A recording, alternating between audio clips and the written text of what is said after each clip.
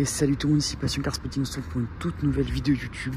Alors petite vidéo en fouillis j'ai envie de dire, puisque ça commence, j'étais un week-end au Luxembourg, j'étais pas là pour le car spotting, donc j'ai quand même 2-3 rushs, parce que le Luxembourg t'as des dingueries de partout. Après je pars en vacances dans le sud, donc sur la route, et là-bas j'ai vu des belles choses également. Et après en revenant j'ai également vu 2-3 petits trucs, donc ça fait un peu un car spotting dans un peu toute la France. Voilà. Alors pour l'instant, le temps se refroidit et pas terrible en ce moment, donc j'ai plus de rush parce que je vois plus grand chose en ce moment. Mais lundi je pars à Monaco pour une journée, donc j'aurai de quoi vous faire au moins 1 ou 2 vidéos. Donc voilà. J'espère que la vidéo vous plaira quand même, n'hésitez pas à me dire ce que vous en pensez comme d'habitude en commentaire sur mon compte Instagram, et puis bon visionnage.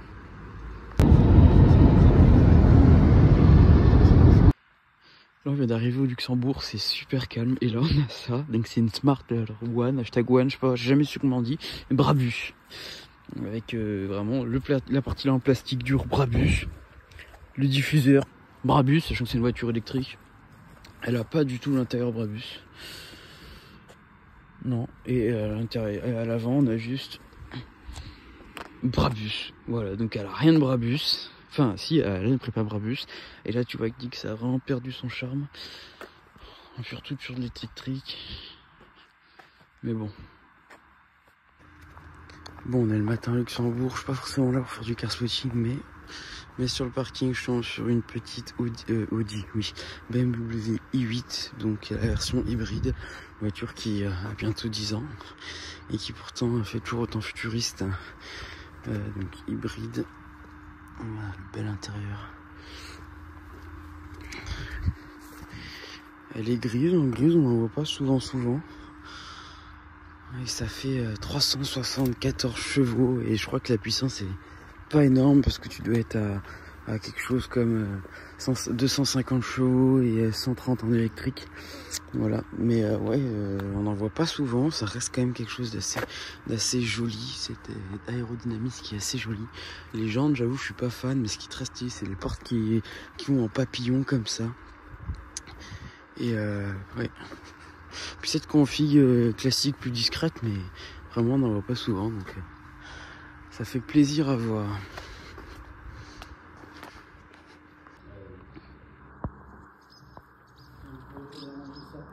Depuis à 8h, on a un très beau Macan GTS dernière génération qui est arrivé.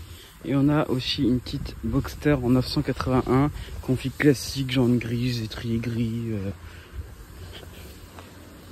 On est dans un Golf, hein, c'est pour ça qu'il y a autant de belles voitures. Et encore là c'est calme parce qu'on est en plein mois d'août, donc les gens sont en vacances. Mais voilà, même l'intérieur avec juste Alcantara. Et l'intérieur, je filme vite fait parce que bon, on a l'habitude d'en voir des petites Boxster, mais voilà, basique, mais Porsche. Et ça reste une voiture qui a une sacrée petite gueule.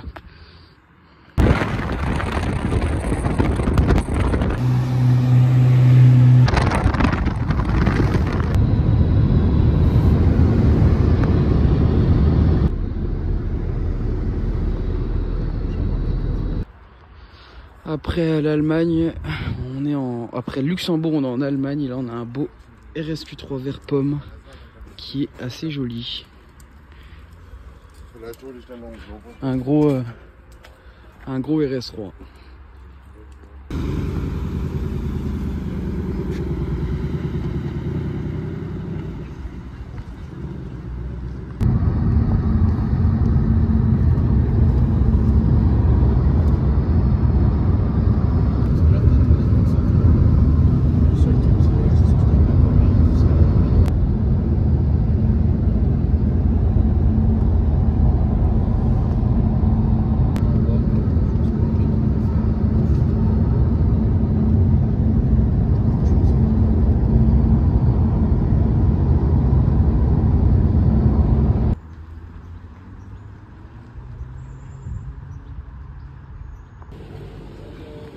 Là on a un très beau C63 MG Break, il est magnifique.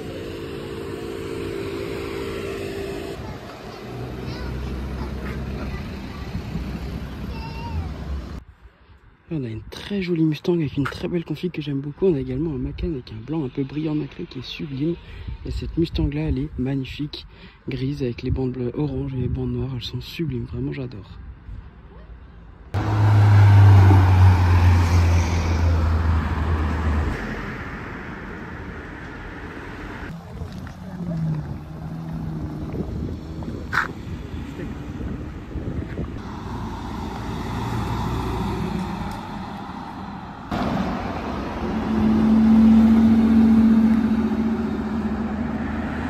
Oh là là, le combo avec le XM.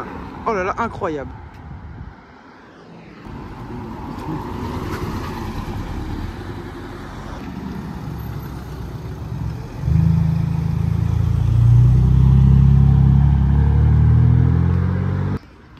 Après avoir croisé pas mal de belles voitures, on croise un petit Macan S dans une config que j'aime beaucoup, les feux translucides avec la couleur rouge, ça fait vraiment rien ressortir, ça fait que vraiment, je vous filme pas trop les Macan, mais celui-là il est vraiment beau, belle config.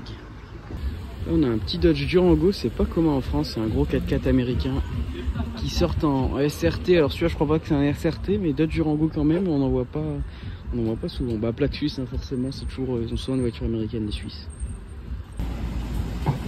La BMW qui a un coffre de toit, c'est une magnifique M5 V10. On la voit très mal malheureusement, mais M5 V10 c'est très stylé. Je vous l'ai déjà filmé au loin l'autre jour, mais là il y a le petit Cadillac Escalade. J'ai osé dire petit, c'est vraiment pas fait exprès, c'est une habitude que je prends. Dès que je vois une voiture, je dis petit, mais du coup j'ai changé, on va dire cette énorme Cadillac Escalade. Regardez ce mastodonte, voiture de luxe américaine, qui mine de rien, on a une voiture qui est devant vous à pas loin de 10-15 ans je pense, et pourtant ça se voit pas du tout, le luxe à l'américaine avec des énormes jantes. Et je l'ai vu, il était garé juste à côté de moi l'autre jour, et là la marche, ça se voit pas hein, mais là le bas de caisse en fait c'est une marche qui se déploie pour rentrer dans la voiture. On a à l'intérieur avec le cuir étendu, sublime, toutes les boiseries, et tout, il est assez sympa. Et du coup je vous le filme parce que aux États-Unis c'est pas non plus super rare, mais en France on en voit rarement, et c'est quand même assez stylé.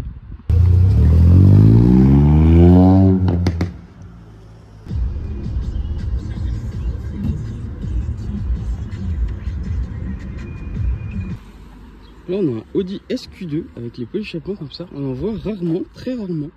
Et j'en ai vu pas mal pendant les vacances, c'est beaucoup des pays étrangers, suisses, allemands, belges. Alors qu'en France on n'en voit jamais. Du coup bah franchement à part l'échappement, le petit diffuseur, on voit pas grand chose, mais on en voit rarement en France. Là on se retrouve en Provence dans un paysage magnifique avec une très belle F-Type V6 qu'on voit assez régulièrement, mais je filme surtout pour le paysage sublime.